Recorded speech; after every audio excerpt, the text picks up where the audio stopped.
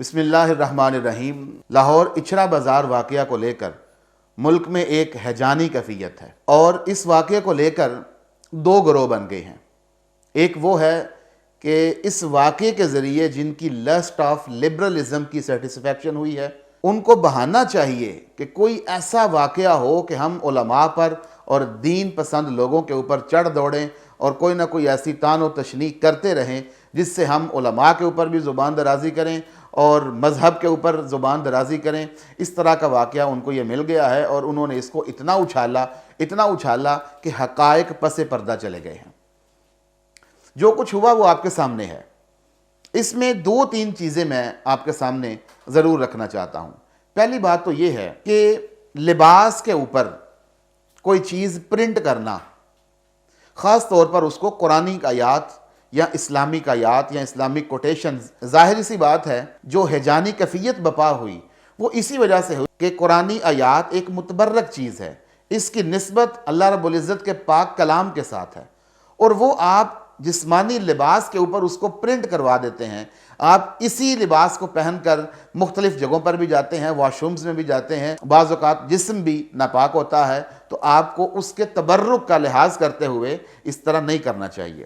یہی ایک نظریہ ہے جس کے اوپر لوگوں نے کاؤنٹر کیا ہے۔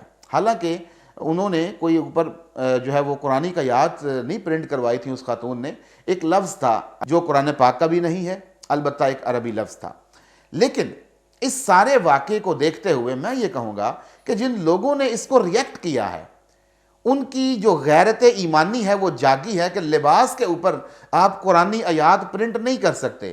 ان کی یہ غیرت اس وقت کیوں نہیں جاگی جب پوسٹر کے اوپر اللہ، محمد، حسن، حسین، علی اور صحابہ کرام کے نام اور اس کے ساتھ قرآنی آیات نصر من اللہ وفتح قریب وتعز من تشاء وتذل من تشاء انشاء اللہ، یہ پوسٹر چھپ رہے تھے اور دیواروں پر لگ رہے تھے اور اتر رہے تھے اور نالیوں میں گر رہے تھے، اس وقت ان کی غیرت ایمانی کہاں تھی؟ کیا گستاخی صرف وہی گستاخی ہے کہ جو آپ کو سمجھ نہ آئے؟ کیا اس گستاخی کو جواز مل جاتا ہے جو آپ کا لیڈر کرے؟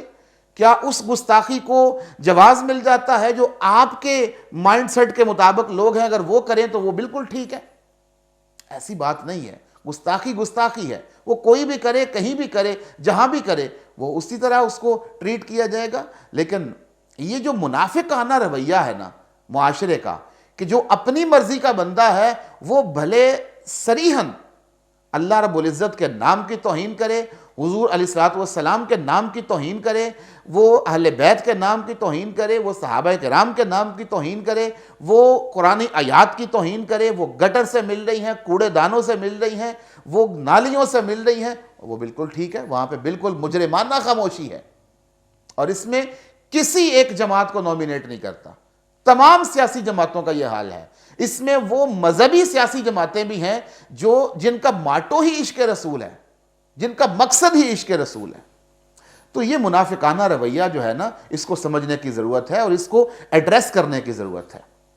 دوسری بات آ جائیں کہ اس واقعے کو لے کر ایک ایشو بنایا گیا کہ جی اس کو تحریک لبیک کے کارکن تھے، تحریک لبیک کے لوگ تھے جنہوں نے اس کو بہانہ بنا کر، عربی لفظ کو بہانہ بنا کر اس خاتون کو مارنے کی کوشش کی۔ میں یہ کہتا ہوں ایک سوال جو بڑا جو ہے وہ چبھتا ہوا سوال ہے کہ جب بھی اس طرح کا کوئی انتہا پسندانہ واقعہ ہوتا ہے یا اس طرح کی کوئی شدت پسندانہ واقعہ ہوتا ہے تو کیوں اس کو تحریک لبیک کے ساتھ جوڑا جاتا ہے؟ حالانکہ واقعات گواہ ہیں کہ وہاں پہ جا کے اس خاتون کو بچایا بھی انہی علماء نے ہے جن کا تعلق تحریک لبیک کے ساتھ تھا۔ میرے ہزاروں اختلافات ہو سکتے ہیں، تحریک لبیک کے کارکنان کے ساتھ بھی ہو سکتے ہیں، ان کے ذمہ داران کے ساتھ بھی ہو سکتے ہیں، ان کے قائدین کے ساتھ بھی ہو سکتے ہیں، لیکن یہ بات ماننے میں کوئی مسئلہ نہیں ہے، کوئی حرج نہیں ہے کہ تحریک لبیک ہی واحد پاکستان کی وہ سیاسی مذہبی جماعت ہے جس کے فالورز میں اور جس کے سپورٹران میں تقریباً 70 سے 75% ایسے لوگ ہیں جن کو دین کی بنیادی چیزوں سے زیادہ بھی کچھ سمجھ ہے۔ وہ مساجد کے علماء ہیں، وہ مساجد کے خطباء ہیں اور وہ دین پسند لوگ ہیں۔ جو ان کو ووٹ ہی دین کے نام پر دیتے ہیں، مذہب کے نام پر دیتے ہیں، ان کا مقصد ہی یہ ہے کہ دین کو تخت پہ لانا، تو آپ ایسے بندوں سے یہ توقع رکھتے ہیں کہ کم از کم انہیں قرآن مجید کی آیات کا بھی پتہ نہ ہو، تو یہ بالکل ایک جو ہے وہ بچگانہ سوچ ہے۔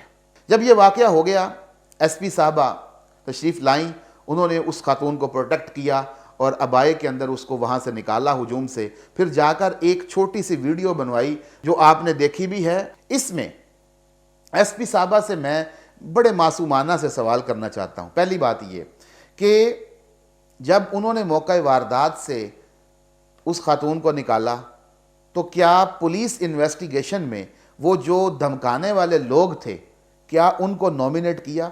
کیا ان کو کیمروں کی مدد سے یا اس خاتون کی مدد سے پکڑا؟ میں کہتا ہوں بطور وکیل، میں یہ کہتا ہوں کہ جن لوگوں نے اس خاتون کو دھمکایا ہے ان کے اوپر دہشت گردی کی دفعات کے تحت مقدمہ چلنا چاہیے، بڑی مضبوط بنیادوں پر یہ کیس چلنا چاہیے، اور اگر یہ ثابت ہوتا ہے کہ انہوں نے اس کو ڈرایا اور دھمکایا جیسا کہ ویڈیو سے ثابت ہے، لیکن عدالت جو حکم کرے گی، میں کہتا ہوں ان کو سخت سے سخت سزا دینی چاہیے۔ لیکن اس کے ساتھ ساتھ اگر ان کا تعلق کسی تحریک کے ساتھ نہیں ہے تو سوشل میڈیا کے ذریعے، ایف آئی اے کے ذریعے ان لوگوں کو بھی پکڑیں جنہوں نے اس واقعے کی آڑ لے کر مذہب کے اوپر اپنے زبانیں دراز کی ہوئی ہیں، علماء کے اوپر اپنی زبانیں دراز کی ہوئی۔ دوسری بات یہ کہ اگر اس خاتون نے کوئی غلط کام نہیں کیا، جو کہ نہیں کیا، یعنی ایک جو ہے وہ لباس ہے اس کے اوپر کوئی اس نے قرآنی آیات نہیں لکھوائی ہوئی، غلط کام نہیں ہے، تو پھر ایس پی صاحبہ نے اپنی موجودگی میں اس خاتون سے معافی کیوں منگوائی ہے جبکہ پولیس پروٹیکٹ کر چکی ہے؟ جب اس نے کوئی غلط کام کیا ہی نہیں تو پھر اس سے معافی کیوں منگوائی جا رہی ہے؟ دوسری بات یہ، تحریک لبیک کے علماء اپنے آفیشیل سائٹس کے اوپر اور اپنے آفیشیل چینلز کے اوپر اس بات کی تردید کریں اور انتظامیہ کے ساتھ تعاون کر کے ایسے بندوں کو پکڑنے میں ان کی مدد کریں۔ ان کے غلط اقدام کی وجہ سے تحریک کے اوپر انگلی اٹھ رہی ہے، اور ہر واقعے کے بعد تحریک بدنام ہوتی ہے، لوگوں کو موقع مل جاتا ہے۔ سیالکوٹ کا واقعہ دیکھ لیں، جب اس کو ملازم کو باہر نکالا گیا، اس کو جلایا گیا، اس کا تعلق بھی تحریک کے ساتھ جوڑا گیا۔ کوئی بھی واقعہ ایسا ہو جاتا ہے اس کا تعلق تحریک لبیک کے ساتھ جوڑا جاتا ہے۔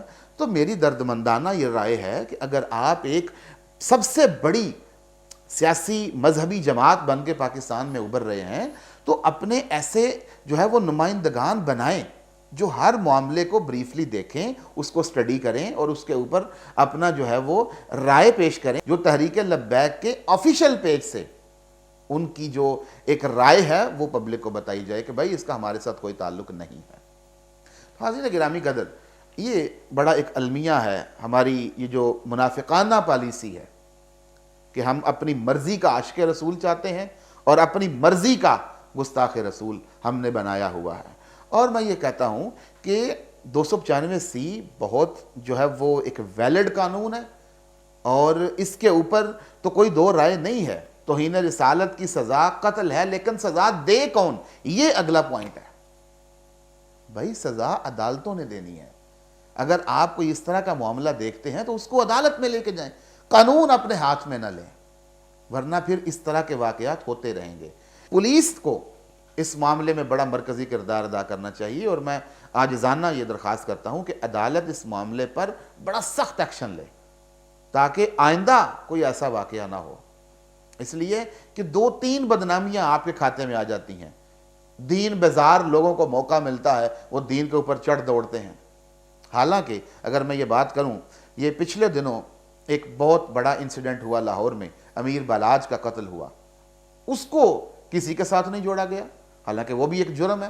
حالانکہ یہاں تو ڈرایا جا رہا ہے نا، وہاں پر تو باقاعدہ جرم ہوا ہے۔ تو کیا وجہ ہے کہ اس کو کسی کے ساتھ نہیں جوڑا جاتا، اس کو خاندانی دشمنی کہہ دیا جاتا ہے؟ حالانکہ وہ ہے، اس کے اوپر میں کوئی کومنٹ نہیں کر رہا، لیکن اس کو چونکہ موب ایک نعرہ لگا رہی ہے، موب نے ایک جماعت کو جو ہے وہ اس کو بدنام کرنے کے لیے ایک نعرہ لگا دیا اور آپ جماعت کے اوپر چڑھ دوڑے۔ تو پولیس کو اپنا کام جو ہے اس طرح بڑی ایمانداری کے ساتھ کرنا چاہیے۔ ایس پی صاحب کو چاہیے، اب وہ ماشاءاللہ ہیرو بن گئی ہیں، انہوں نے خاتون کو پروٹیکٹ کیا ہے۔ ہم بطور ایک پرامن شہری اس اقدام کی قدر کرتے ہیں اور اس کو قدر کی نگاہ سے دیکھتے ہیں، لیکن اس کو اس طرح انویسٹیگیٹ کریں کہ مجرم کو اس کی سزا ملے۔ آپ نے خاتون کو پروٹیکٹ کیا، کن سے؟ جن کی دھمکیوں سے اور جن کے ڈراوے سے ان کو پروٹیکٹ کیا، ان کو پکڑ کر سزا دلوائیں، ان کے اوپر کیس چلائیں، اور آفیشل بیان جاری کریں کہ ان لوگوں کا تعلق جو ہے وہ کس سیاسی جماعت کے ساتھ ہے۔ اگر تو کسی سیاسی جماعت کے ساتھ ہے تو واضح ہو، اگر کسی سیاسی جماعت کے ساتھ نہیں تو پھر بھی واضح ہو، تاکہ یہ جو ایک ہیجانی کیفیت ہے، علماء کے اوپر زبان درازی، دین پسند لوگوں کے اوپر زبان درازی، تو اس کا سلسلہ جو ہے وہ بند ہونا چاہیے۔